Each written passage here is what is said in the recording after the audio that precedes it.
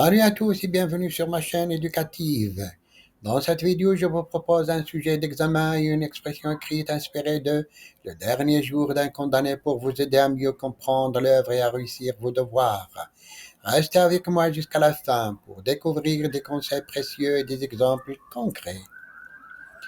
Pour le niveau baccalauréat, examen de français, le texte, c'est le chapitre 28, 29 et 30. Je répète, ce texte, c'est le chapitre 28, 29 et 30 du roman Le dernier jour d'un condamné. Le texte. Je l'ai cependant entrevu une fois. Je passais sur la place de Grève en voiture un jour vers 11 heures du matin. Tout à coup, la voiture s'arrêta. Il y avait foule sur la place. Je mis la tête à la portière. Une populace encombrait la grève et le quai, et des femmes, des hommes, des enfants étaient debout sur le parapet. Au-dessus des têtes, on voyait une espèce d'estrade en bois rouge que 3 hommes échafaudaient. Un condamné devait être exécuté le jour même, et l'on bâtissait la machine. Je détournai la tête avant d'avoir vu. À côté de la voiture, il y avait une femme qui disait à un enfant, « Tiens, regarde, le coton coule mal. Ils vont graisser la rainure avec un bout de chandelle. C'est probablement là qu'ils en sont aujourd'hui. 11 heures viennent de sonner. Il graisse sans doute la rainure. Ah, cette fois, malheureux, je ne détournerai pas la tête. Oh, ma grâce, on me fera peut-être grâce. Le roi ne m'en veut pas. Qu'on aille chercher mon avocat. Vite, l'avocat. Je veux bien des galères, 5 ans de galères, et que tout soit dit, ou 20 ans, ou à perpétuité avec le fer rouge. Mais grâce de la vie, un forçat, cela marche encore, cela va et vient, cela voit le soleil. Le prêtre est revenu, il a des cheveux blancs, l'air très doux, une bonne et responsable figure. C'est en effet un homme excellent et charitable. Ce matin, je l'ai vu vider sa bourse dans les mains des prisonniers, d'où vient que sa voix n'a rien qui émeuve et qui soit ému? D'où vient qu'il ne m'a rien dit encore qui m'ait pris par l'intelligence ou par le cœur? Ce matin, j'étais égaré, j'ai à peine entendu ce qu'il m'a dit. Cependant, ses paroles m'ont semblé inutiles et je suis resté indifférent. Elles ont glissé comme cette pluie froide sur cette vitre glacée. Cependant, quand il est rentré tout à l'heure près de moi, sa vue m'a fait du bien. C'est parmi tous ces hommes le seul qui soit encore homme pour moi, me suis-je dit, et il m'a pris une ardente soif de bonnes et consolantes paroles. Nous nous sommes assis, lui sur la chaise, moi sur le lit. Il m'a dit, mon fils, ce mot m'a ouvert le cœur. Il a continué, mon fils, croyez-vous en Dieu? Oui, mon père, lui ai-je répondu. Croyez-vous en la Sainte Église catholique, apostolique et romaine? Volontiers, volontiers, lui ai-je dit. Mon fils, a-t-il repris, vous avez l'air de douter. Alors il s'est mis à parler.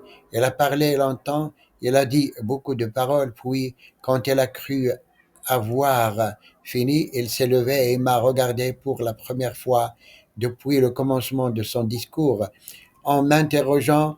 Eh bien, je proteste que je l'avais écouté avec avidité d'abord, puis avec attention. Puis avec dévouement, je me suis levé aussi. Monsieur, lui ai-je répondu, laisse-moi seul, je vous prie. Il m'a demandé, quand reviendrai-je? Je vous le ferai savoir.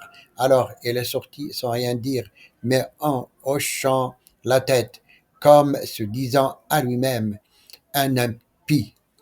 Mon nom, si va que je sois tombé, je ne suis pas un impie, et Dieu m'est témoin que je crois en lui. Mais que m'a-t-il dit, ce vieillard? Rien de senti, rien d'attendri, rien de pleurer, rien d'arracher de l'âme, rien qui vint de son cœur pour aller au mien, rien qui fut de lui à moi.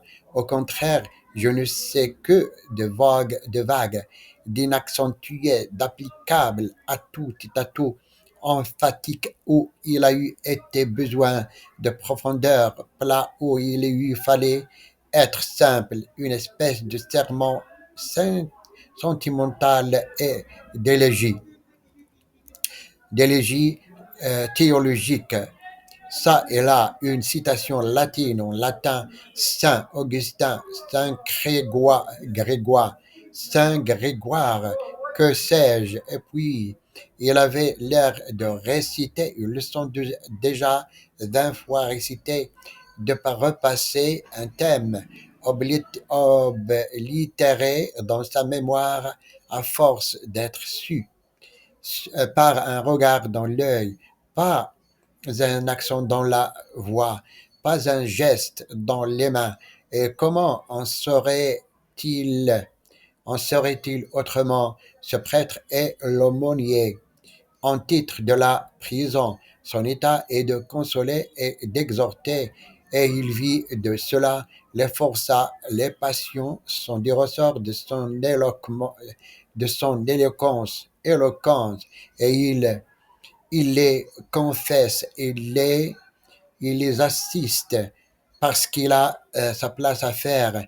Il a vieilli à mener des hommes mourir depuis longtemps. Il est habitué à ce qui fait frissonner les autres. Ses cheveux, bien poudrés à blanc, ne se dressent plus. La bagne et l'échafaud sont de tous les jours pour lui. Il est blasé. Il est blasé. Probablement, il a son cahier. Telle page, les galériens, telle page, les condamnés à mort. On l'avertit la veille qu'il y aura quelqu'un à consoler.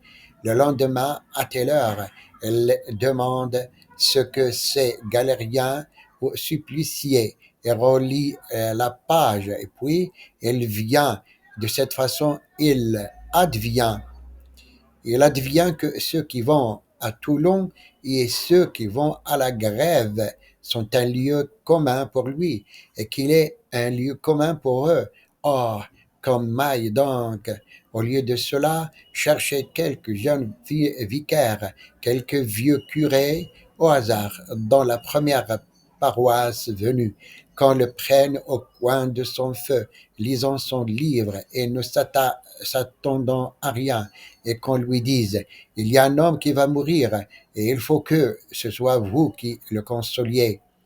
Il faut que vous soyez là quand on lui liera les mains, là quand on lui coupera les cheveux, que vous montiez dans sa charrette avec votre crucifix pour lui cacher le bourreau, que vous soyez cahoté avec lui par le pavé jusqu'à la grève, que vous traversiez avec lui l'horrible foule buveuse de sang, que vous l'embrassiez au pied de l'échafaud et que vous restiez jusqu'à ce que la tête soit ici et le cou et le corps là.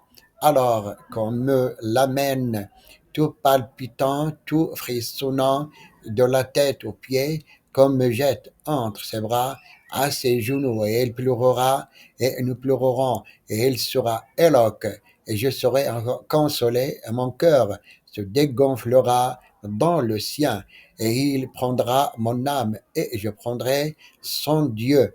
Mais ce bon vieillard, qu'est-il pour moi?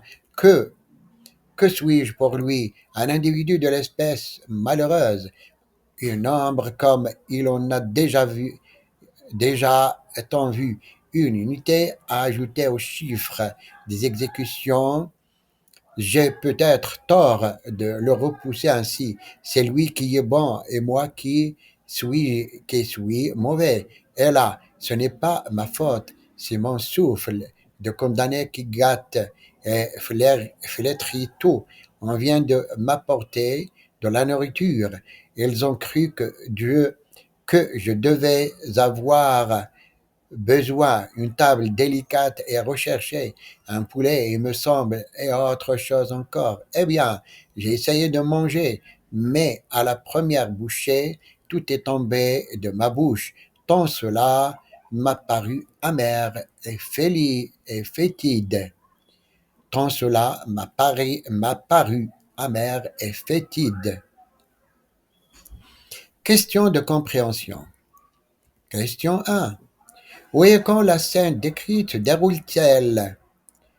Question 1. Où et quand la scène décrite se déroule-t-elle?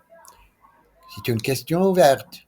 La réponse. La scène se déroule sur la place de Grève, un jour vers 11 heures du matin. Question 2. Quels sont les éléments qui indiquent qu'il s'agit d'une exécution publique? Question 2. Quels sont les éléments qui indiquent qu'il s'agit d'une exécution publique? La réponse. Plusieurs éléments indiquent qu'il s'agit d'une exécution publique. La foule rassemblée, l'échafaudage rouge avec les poutres, la traverse et la corde, la corbeille d'osier et la présence d'un carré de soldats pour maintenir l'ordre. Les cris de la foule, à mort, à mort, confirment également la nature de l'événement. Question 3, vrai ou faux? L'homme exécuté semblait calme et résigné. Question vrai ou faux? La question 3, l'homme exécuté semblait calme et résigné. La réponse est faux. L'homme entrevu dans la voiture était pâle et paraissait abattu. Sur l'échafaud, sa figure était effrayante. Sa démarche était incertaine, ce qui indique un manque de calme et de résignation. Question 4. Que fait le prêtre auprès du condamné? C'est une question ouverte. Question 4. Que fait le prêtre auprès du condamné? La réponse. Le prêtre est assis près du condamné dans la voiture et lui présente un crucifix qu'il baisse avant l'exécution. Son rôle est d'apporter un soutien spirituel et au condamné dans ces derniers moments. Donc son rôle est d'apporter un soutien spirituel au condamné dans ces derniers moments. Question 5. Quel est le sentiment dominant de la foule lors de l'exécution? C'est une question à choix multiples. A. La tristesse. B. L'indifférence. C. La colère et la soif de vengeance. D. La curiosité morbide. Question 5. Quel est le sentiment dominant de la foule lors de l'exécution? A. La tristesse. B. L'indifférence. C. La colère et la soif de vengeance. D. La curiosité morbide. La réponse juste, c'est C. La colère et la soif de vengeance. Les cris à mort qui s'élèvent de toutes parts indiquent un sentiment de colère et une demande de mise à mort. Maintenant, on passe aux questions d'analyse et de langue. Question 6. Analysez la description de l'échafaudage. Quel est l'effet produit par l'emploi de l'adjectif rouge? C'est une question ouverte. Question 6. Analysez la description de l'échafaudage. Quel est l'effet produit par l'emploi de l'adjectif rouge? La réponse. La description de l'échafaudage insiste sur son caractère lugubre.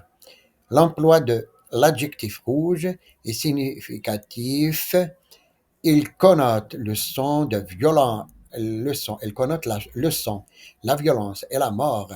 Cette couleur crée une atmosphère macabre et annonce le tragique événement qui va se dérouler. Question 7. Relevez dans le texte deux détails physiques qui soulignent la vulnérabilité du condamné. C'est une question ouverte. Question 7. Relevez dans le texte deux détails physiques qui soulignent la vulnérabilité du condamné. La réponse: deux détails physiques soulignent la vulnérabilité du condamné.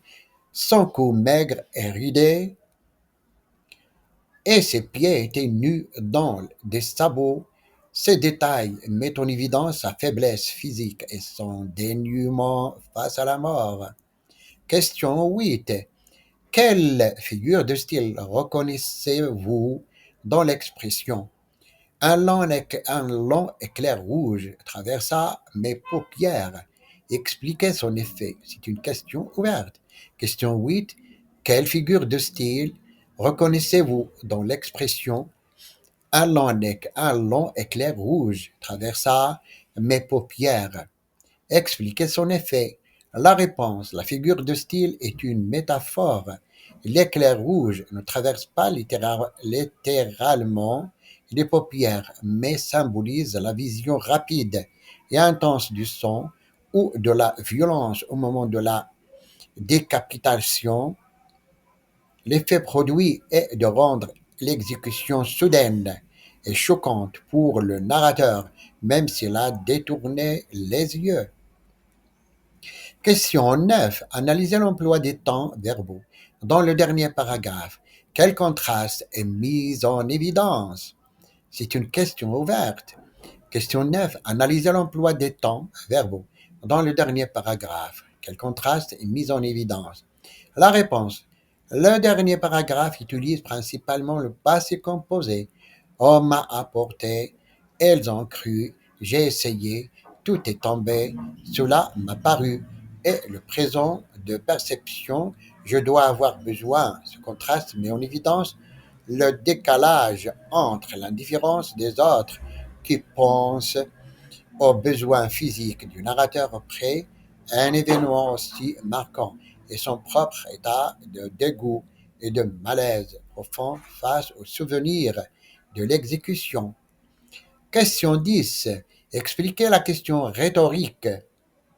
Et moi, qui traverse l'esprit du narrateur après avoir repensé à l'exécution? C'est une question ouverte.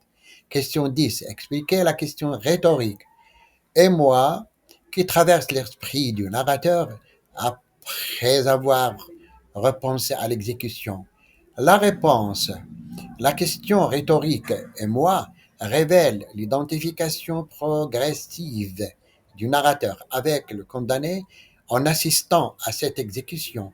Elle est confrontée à la réalité de la peine de mort et commence à anticiper son propre sort. La violence de la scène et la perte de vie le renvoient à sa propre condition de condamné. Question 11. Proposez un synonyme pour chacun des mots suivants. Extrait du texte: foule, lugubre, abattu, supplice, fétide. C'est une question de vocabulaire. Question 11. Proposez un synonyme pour chacune des mots suivants. Extrait du texte: foule, lugubre, abattu, supplice, fétide. La réponse: pour le premier cas, foule, multitude, attroupement. Et pour lugubre, sinistre, sombre, abattu, accablé, découragé. Pour supplice, le synonyme torture, châtiment. Et pour fétide, le synonyme c'est nauséabond, putride. Question 12. Pour la question 12, réécrivez la phrase suivante en remplaçant on par un pronom personnel sujet de la troisième personne du pluriel au milieu de la plage, de la place. On avait élevé une espèce d'échafaudage rouge. C'est une question grammaticale. Je répète la question 12. Réécrivez la phrase suivante en remplaçant en par un pronom personnel sujet de la troisième personne du pluriel. Au milieu de la place, on avait élevé une espèce d'échafaudage rouge. La réponse au milieu de la place, ils avaient élevé une espèce d'échafaudage rouge. Question 13. Quelle est la nature de la fonction grammaticale du groupe de mots en voiture dans la phrase Je passais sur la place de Grève en voiture? C'est une question de grammaire. Question 13. Quelle est la nature de la fonction grammaticale du groupe de mots en voiture dans la phrase Je passais sur la place de Grève en voiture? La réponse en voiture est un groupe prépositionnel. Préposition en plus un nom, voiture. Elle a pour fonction grammaticale d'être un complément circonstanciel de manière. Question 14. Expliquez l'emploi des guillemets dans l'écrit. Guillemets, à mort, guillemets. C'est une question d'analyse. Question 14. Expliquez l'emploi des guillemets dans l'écrit. Guillemets, à mort, à mort. La réponse, l'emploi des guillemets indique un discours direct. Il rapporte fidèlement les paroles prononcées par la foule, donnant ainsi un caractère vivant et immédiat à la scène. Cela permet au lecteur de ressentir l'hostilité et la violence de la foule. Question 15. Commentez brièvement le contraste entre la description de l'exécution et la nourriture apportée au narrateur le lendemain. C'est une question d'analyse. Question 15. Commentez brièvement le contraste entre la description de l'exécution et la nourriture apportée au narrateur le lendemain. La réponse, le contraste est frappant. Le contraste est frappant. Après la description macabre et violente de l'exécution, le narrateur se voit offrir une table délicate et recherchée. Ce contraste souligne l'absurdité de la situation et l'indifférence de la société carcérale face au traumatisme psychologique du condamné. La nourriture, malgré son apparence appétissante, lui paraît amère et fétide, symbolisant son propre état intérieur et le dégoût inspiré par la peine de mort. Passons maintenant à la production écrite. Le sujet, l'assistance à une exécution capitale peut engendrer des réactions psychologiques profondes chez un témoin, comme le montre le narrateur dans le texte. Selon vous, quelles peuvent être les conséquences psychologiques d'une telle expérience? Développez votre point de vue dans un texte argumentatif en vous appuyant sur des exemples et des arguments cohérents. Je relis le sujet. L'assistance à une exécution capitale peut engendrer des réactions psychologiques profondes chez, chez un témoin, comme le montre le narrateur dans le texte. Selon vous, quelles peuvent être les conséquences psychologiques d'une telle expérience? Développez votre point de vue dans un texte argumentatif en vous appuyant sur des exemples et des arguments cohérents. Les critères de la correction. Et on passe maintenant à la correction de la production écrite.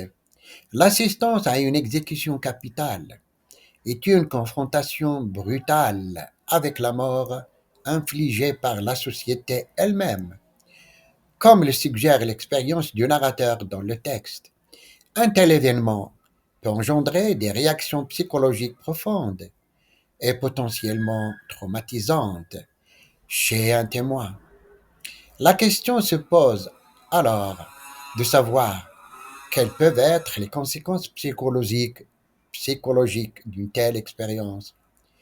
L'une des conséquences psychologiques majeures peut être un sentiment profond d'horreur et de dégoût face à la violence et à la perte de vie.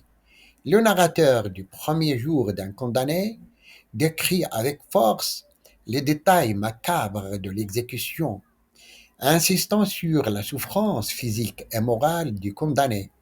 Être témoin d'un tel acte, où la vie est délibérément ôtée, peut laisser une empreinte durable et engendrer un traumatisme psychologique. Cette confrontation directe avec la mort violente peut provoquer des cauchemars, des flashbacks et un état de choc émotionnel persistant. De plus, assister à une exécution capitale peut ébranler la conception morale et éthique d'un individu. La peine de mort est une décision sociétale extrême et sa mise en œuvre publique peut soulever des questions fondamentales sur la justice, la vengeance et la dignité humaine. Un témoin peut être confronté à un dilemme moral intense, se demandant si la société a le droit d'ôter à une vie, même celle d'un criminel. Questionnement peut entraîner un malaise psychologique, de l'anxiété et une remise en cause des valeurs personnelles. Par ailleurs, le caractère public et souvent ritualisé des exécutions peut conduire à un sentiment de participation forcée à un acte barbare. Même en tant qu'observateur, un témoin se retrouve impliqué dans un événement d'une violence extrême, ce qui peut générer un sentiment de culpabilité ou d'impuissance. La foule elle-même, avec ses réactions diverses, allant de la curiosité mobile à la satisfaction indicative, peut créer une atmosphère oppressante et psychologiquement éprouvante pour un observateur sensible. Le narrateur du dernier jour d'un condamné note d'ailleurs l'aspect potentiellement démoralisant du spectacle du supplice sur le peuple. En conclusion, la conséquence psychologique de l'assistance à une exécution capitale peuvent être considérablement et variées. Elles peuvent inclure un traumatisme émotionnel profond, une remise en question morale et éthique et un sentiment de participation forcée à un acte violent. L'expérience décrite dans le dernier jour d'un condamné, où le narrateur partage ses angoisses et ses réflexions à la mort, illustre la puissance de cet événement sur la psyché humaine. Il est donc plausible que de tels spectacles, loin de dissuader, puissent marquer durablement et négativement la santé mentale des témoins. C'est fini. J'espère que cette vidéo vous a aidé.